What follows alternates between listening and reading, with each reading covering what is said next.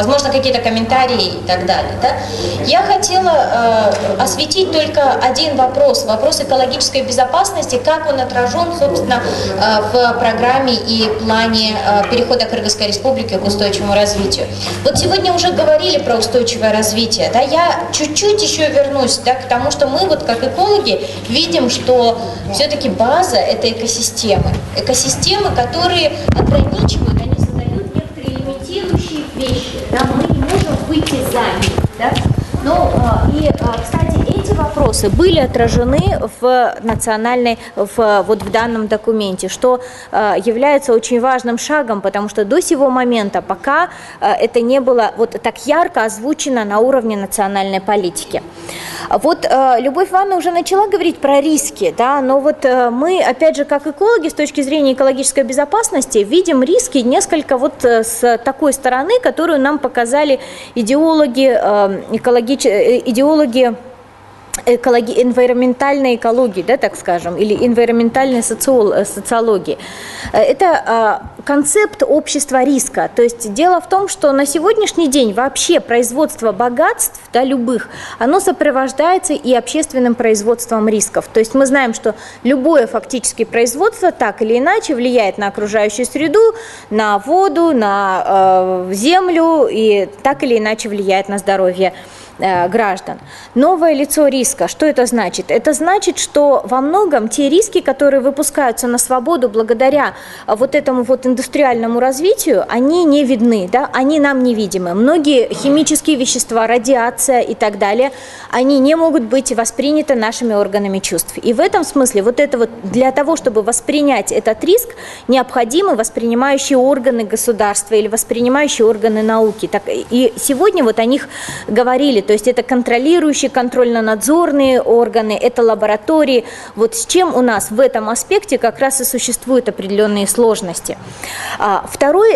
Третий момент, о котором я бы хотела сказать, что риск на сегодняшний день, он может не проявиться здесь и сейчас.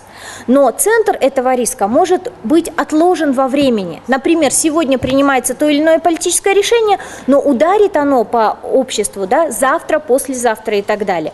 И вот, например, ситуация. Мы изменяем вопрос, связанный с проверками предпринимателей. Через 8 месяцев мы получаем вспышку гепатитов, да, например. И так далее. То есть получается, и дай бог только вспышку гепатита, да, но получается, что вот... Как это оценивать, как считать, какой промежуток как бы принятия какую временную шкалу принятия того или иного решения мы должны оценивать. И это тоже важный аспект, который был отражен в рамках этой программы. То, что касается...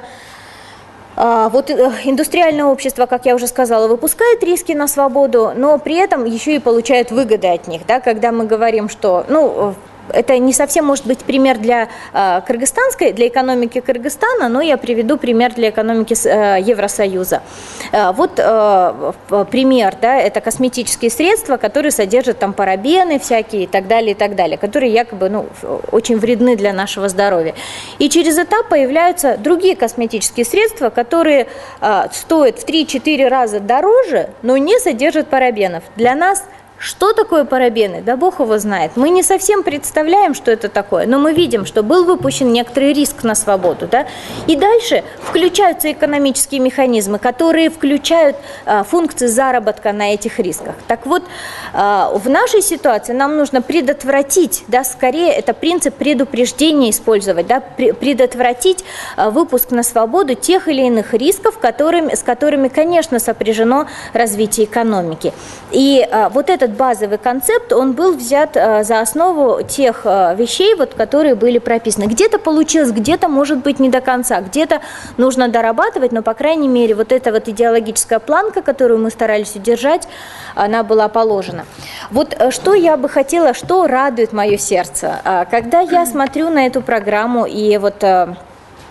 читаю ее, да, действительно, вот Любовь Ивановна говорила, что до сего времени у нас в рамках национальных программ развития, возможно, там отдельный блок по экологии существовал, да, то вот в рамках этой программы есть и отдельный блок, посвященный вопросам экологической безопасности, и вы можете его увидеть вот прямо, вы знаете, если вы посмотрите даже само содержание, вы вот сразу, оно много о чем говорит.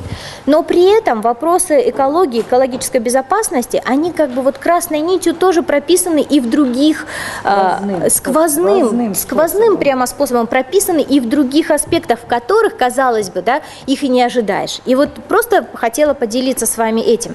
Ну, например, вот управление государственными финансами, да, появляется экологическая экспертиза. 5 обязательных видов экспертиз, но при этом выделено в том числе экологическая. Это вот то, Бакыт, над чем мы и вот с Любовью Ивановной тоже работали в прошлом году. Потом, вот смотрите, инвестиционный климат для зеленых инвестиций, да, доведение зеленых инвестиций до 10%, что тоже, да, это ориентация как бы некоторых вот этих экономических махин на вопросы устойчивости, на включение вопросов экологической безопасности, экологии вот в их специализированные, наверное, очень глубоко специфические вещи. Но это появляется. И я считаю, что разрушение вот этих вот границ, которые, и это было очень непросто, кстати, добиться. Я помню Любовь Ивановна, которая просто вот на консультациях бесконечно задавала эти вопросы. А где ваша новизна? А где ваше озеленение ваших секторов? Да? И во многих секторах это удалось.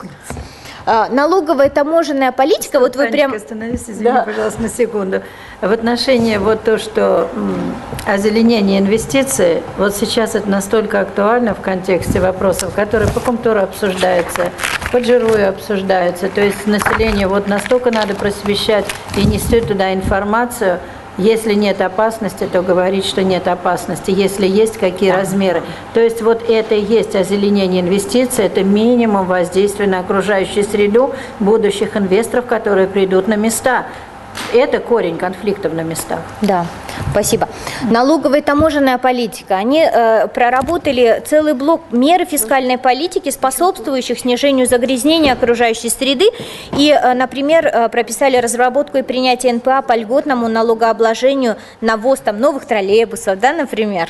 И разработка НПА, которая бы увеличивала таможенные пошлины на ввоз товаров, которые вызывают опасности и риски. Да, то есть экологически опасных товаров. Ну, то есть это то, что, например, касается энергосберегающих лампочек, да, которые содержат ртуть и так далее. Да, то есть вот как бы попытка ответить на это.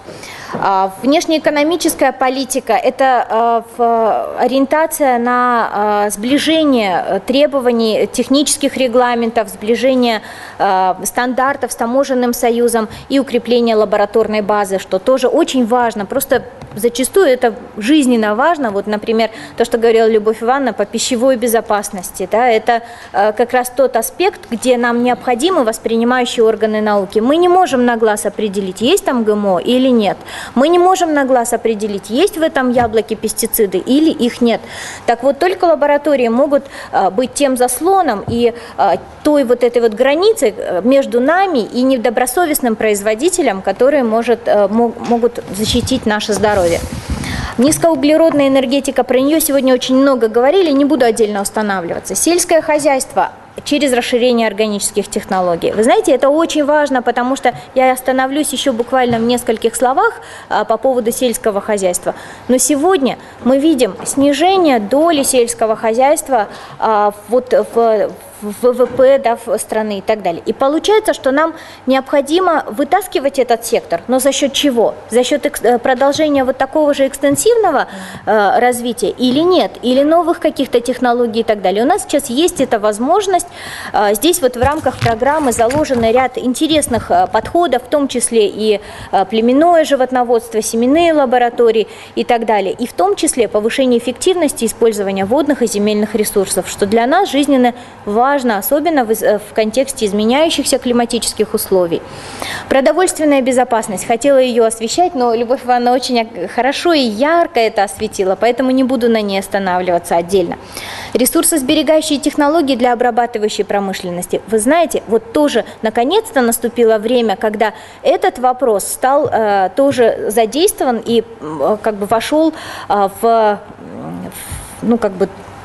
в повестку дня наших государственных органов в том числе, потому что мы должны развивать экономику. Но как это делать так, чтобы она и энергосберегающей была, и ресурсосберегающей, и водосберегающей, и так далее. Вот об этом тоже об этом тоже задумывались и предпринято ряд мер, которые направлены на повышение вот этих вот вещей. Вот то, что касается развития горнорудной отрасли. Предполагается разработать нормативно-правовой акт в виде инструкции по ОВОЗ непосредственно для горнорудной отрасли. Да? Вероятно, там будет учитываться специфика именно горнорудной. Но второй вопрос в том, что все-таки вот Кыргызстан, мы находимся в центре континента, да, мы все-таки страна довольно бедная. И получается, что к нам и не сильно благоприятным инвестиционным климатом. Да, и вот к нам в связи с этим могут идти грязные технологии. Да? И вот эти вещи нам нужно предотвратить. И это предотвращать можно только на уровне государства. Вот об этом и шла речь. Да? То есть каким образом предотвратить поток грязных технологий, который, по всей вероятности, может хлынуть в нашу страну. Потому что сырья много, государство, к сожалению, слабое, нормативно-правовые нормы выполняются не сильно хорошо, да, вот оставляет желать лучшего. Вот важно поставить сюда ряд каких-то предохранителей, которые бы срабатывали при ввозе грязных технологий, которые будут, или не только грязных, но еще и технологий, которые будут не ресурсосберегающими, не энергосберегающими. Энергосберегающее строительство. Слава Богу, что у нас этот раздел появился. Это очень хорошо. Развитие туризма. Вы знаете, вот развитие туризма тоже чуть подробнее остановлюсь. Дело в том, что вот этот вот раздел, он важный с точки зрения того, что это та деятельность, которая как раз позволяет нам вписываться в окружающую среду и за счет этого еще и средства получать. Да? И вот по этому вопросу тоже были большие дискуссии, как же это все выстроить. Но вот у туристов были замечательные идеи, дай бог им реализоваться. Это идеи, связанные с тем, чтобы, например, замкнуть кольцом канализационной сети, да, вот все прибрежные пансионаты. А ведь для нас это крайне важно, особенно с учетом того, что ветшает инфраструктура мониторинга, например, со стороны государственного агентства и так далее, и нам необходимо сохранить озеро. И вот усилия туристов направлены в эту сторону тоже. Связь и информатизация. Ну, во-первых, электронное правительство уже само по себе, дай бог, снизит документооборот и тем самым как бы повысит ресурсосбережение. Да?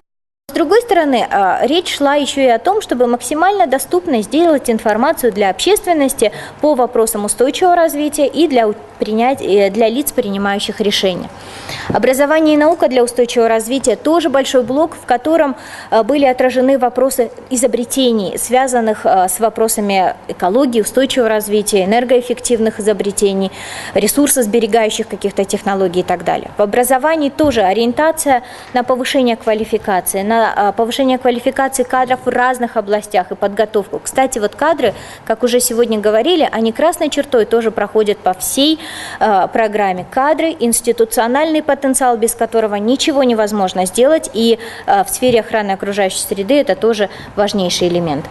Наращивание культурного потенциала через сохранение традиционных знаний, которые помогают вписываться, опять же, определенным видам деятельности в окружающую среду. Это и пастбище обороты, вертикальное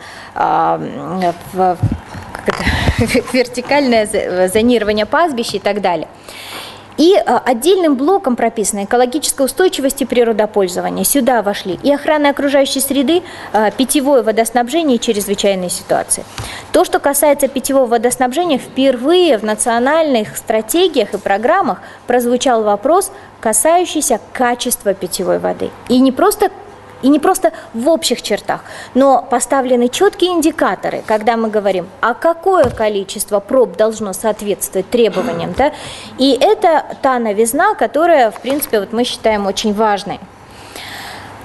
И вот те как бы вещи, почему экологический вопрос, он на сегодняшний день является пронизывающим практически все аспекты в этой программе, потому что плотность взаимосвязи между экологией и, например, социумом, между экологией и здоровьем, экологией и экономикой, она огромная, и я проиллюстрирую некоторые только примеры. Ну вот влияние окружающей среды на здоровье населения, это просто каждый сам на себе знает, что это влияние однозначно есть. Да? То есть ухудшение состояния окружающей среды влияет на здоровье и в результате влияет на бюджеты. Как на бюджеты государственных органов, муниципальный, так и на бюджет каждой конкретной семьи. Соответственно, закрепляет и усиливает бедность, которой у нас и так много. Вот я прямо взяла вот эту схему, которая мне понравилась, это схема нашего эксперта Тимирова Адыла, который показывает взаимосвязь здоровья населения и окружающей среды. Смотрите, и сельского, и городского, загрязнение воды, загрязнение почв, изменение климата и загрязнение атмосферы. Все это ведет к этому комплексу проблем, который бьет нас как бы вторично через дополнительные через дополнительные затраты, через цикл. То, что касается тоже примеров, недостаточный доступ к чистой питьевой воды, это острые кишечные инфекции, да, и чем у нас бесконечно и повально, просто особенно села, регионы, у нас огромное количество детских дошкольных учреждений, да и школ тоже, которые не имеют доступа к чистой питьевой воде, канализации. Из-за этого уровень заболеваемости острыми кишечными очень высок, и нагрузки на бюджет, и, кстати, гендерный аспект здесь тоже очень важный, потому что именно женщины вынуждены брать отпуска по уходу за детками. Загрязнение атмосферы в городах, да, изменение климата также влияет на здоровье. Вот смотрите тоже по его же данным. Смотрите, это выбросы загрязняющих веществ в атмосферный воздух от стационарных источников. Чуй, Бишкек, Иссык-Куль, Ош – самые высокие показатели. Количество дней в году – это национальный доклад по охране окружающей среды с превышением предельно допустимых концентраций по городам Ош-Бишкек. Смотрите, мы в основном каждый день практически с вами живем в атмосфере, в которой превышает предельно допустимые концентрации, то есть превышает количество загрязняющих веществ. И это, конечно, не может не накладывать отпечатка на наше с вами здоровье. А вот смотрите, как оно отражается. Видите, именно Бишкек, Чуй, Ош являются теми регионами, которые наиболее яркие по заболеваемости органов дыхания в разрезе территории. То есть неразрывно эти вещи связаны. Вот вы знаете, мы сейчас вот с департаментом Госsanэпиднадзора пытались просчитать, а сколько же стоит, собственно, сколько стоит для государства, для семьи заболеваемость от болезней, связанных с некачественной питьевой водой. И вот мы нашли данные за 98 год, смотрите, брюшной тиф 18 тысяч был, да? А сегодня, если мы посмотрим через изменение индекса потребительских цен, то это 71 тысяча сомов на один случай брюшного тифа. Представьте себе, да? А если мы посчитаем, сколько их всего, а за много лет динамику, и мы увидим, что это колоссальные убытки для государства, да? То есть очень большие... Это откуда такая цифра? 70 тысяч да на я один? Сама посчитала, Любовь. Не пойдет. А я вам мы с Адылом считали, Любовь. Не пойдет. Вы что, ребят, на один случай, на человека. Вот вы знаете, если мы начинаем перемножать, вот по индексу потребительских цен, так же, как мы школьников считали, вот через это получается вот такая цифра. Ань, не пойдет. 70 тысяч на персону. Я сама в ужасе. Не пойдет. Вот можно считать, Любовь Ивановна. Давай калькуляцию будем смотреть. Давайте, потому что, я же говорю, вот мы с Адылом, когда смотрели, вот такие цифры получились. Да, но при этом, вот смотрите, я специально оставила в 98-м еще вот эту цифру. Цифра, значит, ЭПЦ перекручивали что-то в перекручивании ЭПЦ. Может быть, через ЭПЦ неправильно. Но поэтому, смотрите, именно поэтому я оставила вот эту цифру. Да? Любовь Ивановна, вот смотрите, в 98-м году это 18, да? А смотрите, тут учитывается же социально-экономический ущерб. Понимаете? Тут учитывается еще и количество времени, которое выбывается, например, по уходу за ребенком, да, или там взрослым.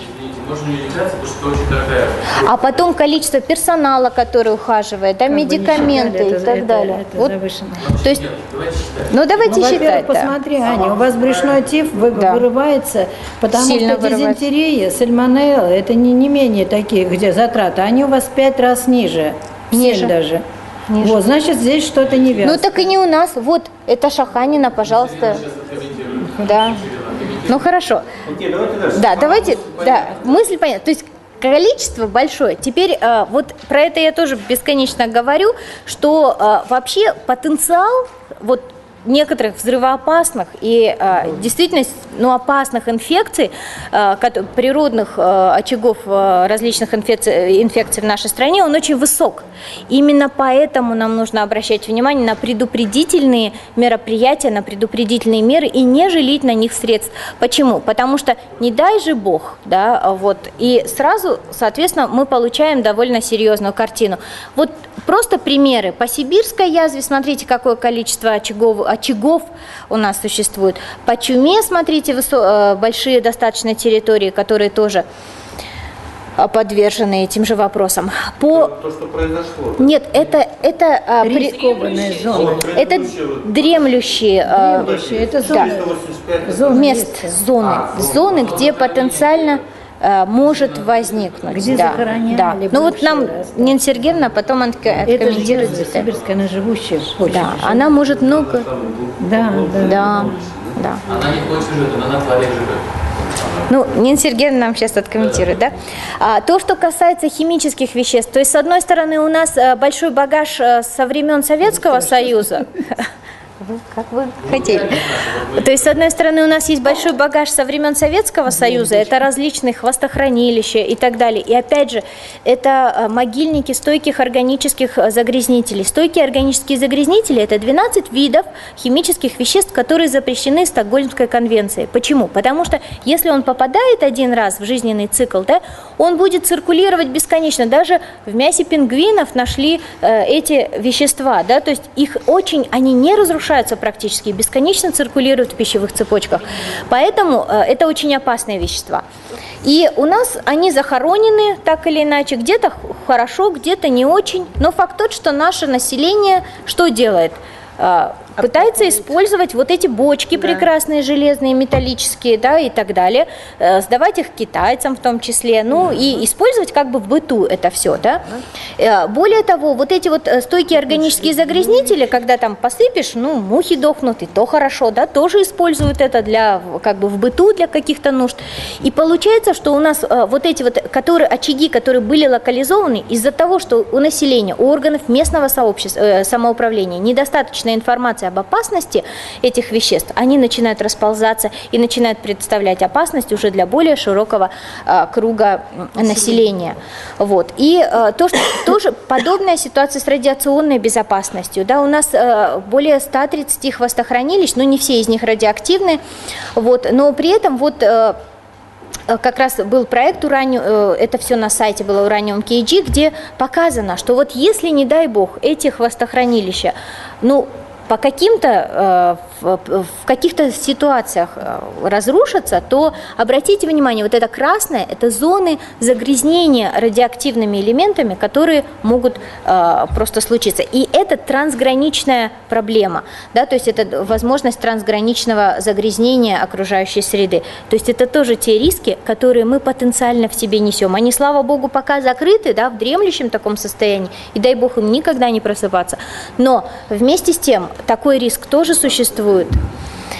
И сегодня тоже из-за того, что бедность растет, обратите внимание, сталкеры выкапывают металлические различные вещи, металлические предметы, которые там были захоронены, продают в Китай там, и так далее. И потом на рынках и нашей страны появляются те или иные металлические конструкции, сделанные из радиоактивных материалов. Вот то, что может как-то это сохранять, не давать распространяться, это естественные экосистемы. И у нас их много, эндемичных видов тоже много, и это наше большое счастье и достояние, и это тоже прописано в этой программе. Вот при этом это все деградирует, мы уже говорили об этом, и и Любовь Ивановна, поэтому я не буду здесь останавливаться на том, как деградируют пастбища, как деградируют и так далее. Да, это всё. Вот Кемал Осмонович давал, да, что численность коров растет, а удои падают, да, например. Про туризм я говорила, что туризм есть один, циклический, да, такой прямолинейный, когда туризм, количество туристов, деградация окружающей среды, снижение доходов. А тут предлагается вот в данной концепции совершенно другая модель туризма, которая как раз на поддержание благоприятных условий и на сохранение экосистем, который позволит нам получать выгоду в долгосрочной перспективе. Ну, это тоже такие детали. Климатические тренды, действительно, климат меняется, но вопрос, как мы к этому относимся, и на разные сектора экономики будет разное влияние. Мы постарались учесть, где-то, может быть, недостаточно, где-то, ну, наверное, скорее всего, нам этот блок, вот, возможно, и надо где-то дописывать, но факт тот, что во многих секторах старались учесть. То, что касается, вот последний момент, это экологических экстерналий, да. Впервые в программах прозвучало, что существующая система экономической оценки выгод, она не включает экологических экстерналей. То есть вот этого потенциала, который деградируется, а она должна включаться. И тогда мы получим вот ту цифру, а сколько реально стоит наш экономический рост. Сколько же, какова наша реальная прибыль или это убыль. Да? То есть и получается вот попытка учесть и попытка жить посредством, это как раз та идея, которая заложена в этой программе, и была попытка ее прописать. Спасибо большое.